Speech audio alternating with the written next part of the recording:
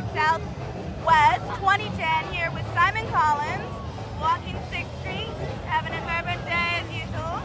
It's crazy here, isn't it? Absolute musical mayhem.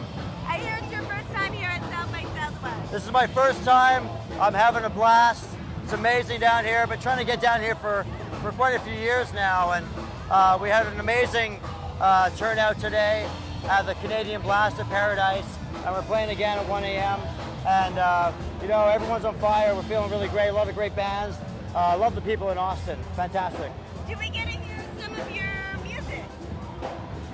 Some of my music from the new record, the current record, U-Catastrophe. It's a pretty short set, but we're playing the highlights from the album. We're also playing some new material that we're working on for the next coming record, which is actually we're working on right now.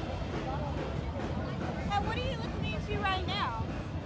I'm actually listening to a plethora of different artists and bands, but right now what's really getting me excited, what's really inspiring me and getting the creative juices flowing is a band from the UK called Porcupine Tree.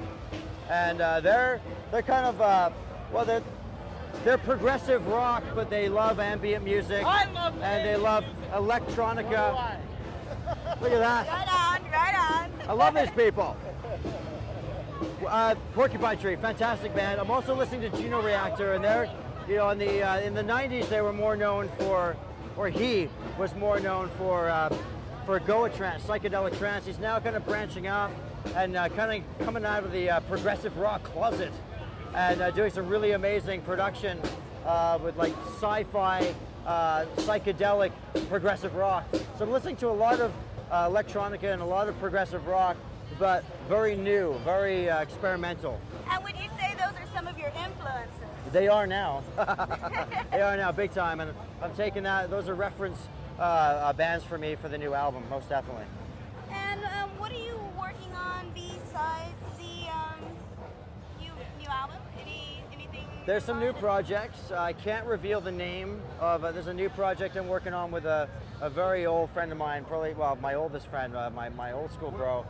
We're working on some sort of a psychedelic electro tip kind of project, you know, which is, it's just going to be something that's in production over the next year. You know, we're going to start playing live, doing live PA stuff.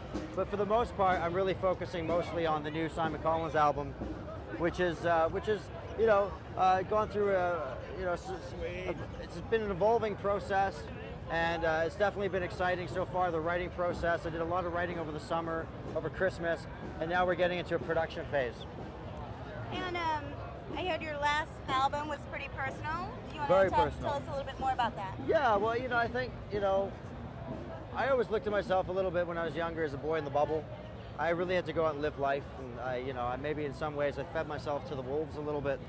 But I think, you know, to write about true human experience, the peaks and the troughs, you need to experience that stuff. You know, you can't replicate it. You can't be a facsimile when you're writing. You need to be living proof of what you're singing about. You have to have conviction and emotion. My last record I wrote while I was struggling through some heavy drug addiction, and I lived to tell the story of. It was a tough battle, and so, you know, that record really was a reflection of my state of mind, my spiritual state, which was almost a spiritual poverty at that point.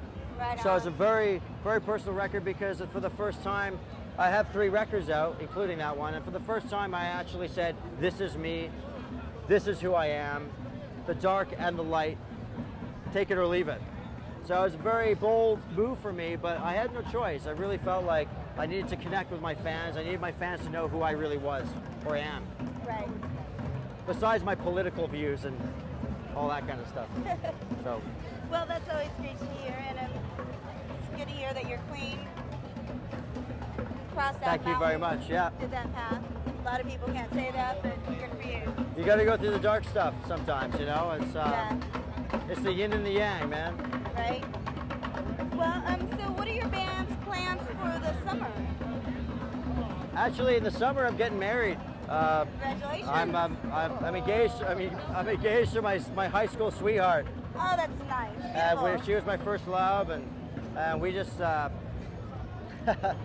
We just got back together in the autumn last year, and we're getting married in the summer. But apart from that, I'm the happiest man in the world, that's for sure. But musically, you know, we're going to keep gigging, keep the band active locally. I'm living in Vancouver.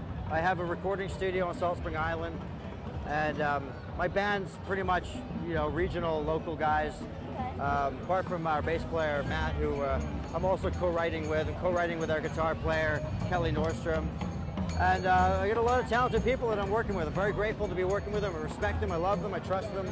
And so, you know, we're working on basically having possibly a single to release in the summer, a buzz track. Because what we want to do is work on a double album, a concept album. We have a very strong concept. We've been working on a lot of development and research for over the summer for this project.